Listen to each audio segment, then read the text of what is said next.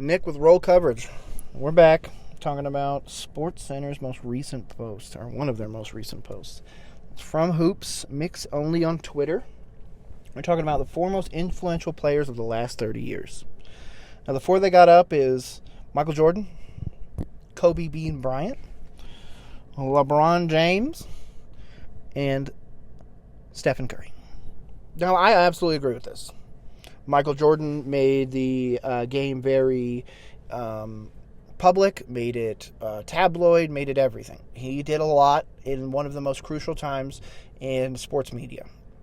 Now, obviously, I think if you take somebody that does everything that he does, just a little bit later, so he's able to more age with the younger audience. So as the internet's coming out, as, we have 24/7 sports coverage and all that other stuff, Jordan was kind of on his way out, if not already out.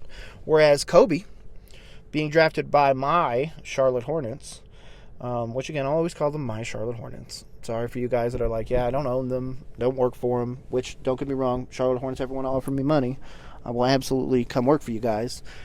As a Hornets fan, I'm so glad he became a Laker. People are going to hate me for that statement or not understand or be like, what kind of fan are you? And I say to you, as a huge NBA fan, my backup team is the Knicks. They're terrible too.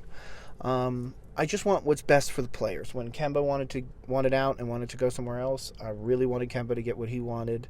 I think Kobe doesn't become as prevalent of a public figure if Kobe does not leave Charlotte and go to Los Angeles. Obviously, terrible trade on the Charlotte Hornets side, but it worked out for everybody. So I'm fine with that. Obviously, LeBron, who in my opinion is the greatest statistical basketball player ever. If you had to have somebody play one-on-one, I'd personally take LeBron over most people. You can have the whole LeBron debate with MJ, but I'll personally take the king.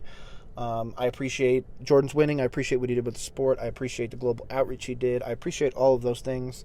He also ruined my Charlotte Hornets franchise forever, so that's a whole separate thing.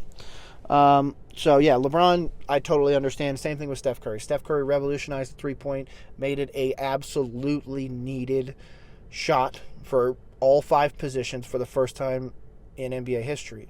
If you're a center who can't shoot a three at all, you're able to get exposed. There's so much that has changed because of Steph Curry. I'm also going to give credit to Klay Thompson, the Splash Bros, the Warriors, all y'all. That whole group really revolutionized the game with the really eye-popping game of just flying threes.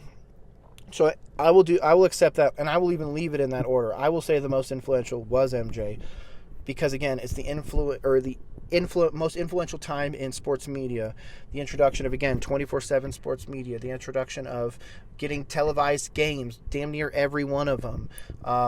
Personalities where they're getting interviewed and all that other stuff. Whereas that wasn't as big of a thing in the 70s and 80s. The game was still developing. The game was still becoming the global leader that it is now.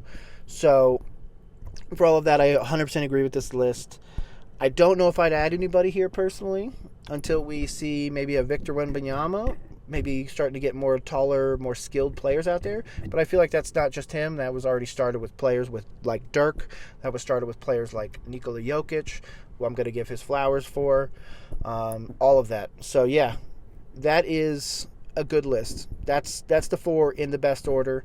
If you had to say most influential on just the gameplay itself, I would say Steph Curry would be number one, just with the overwhelming need of the three-point shot. But that's it. Great job. Great graphic. Agree with this. Do you guys disagree? Because I don't know how you can. I don't know anybody else you could put here. What do you think?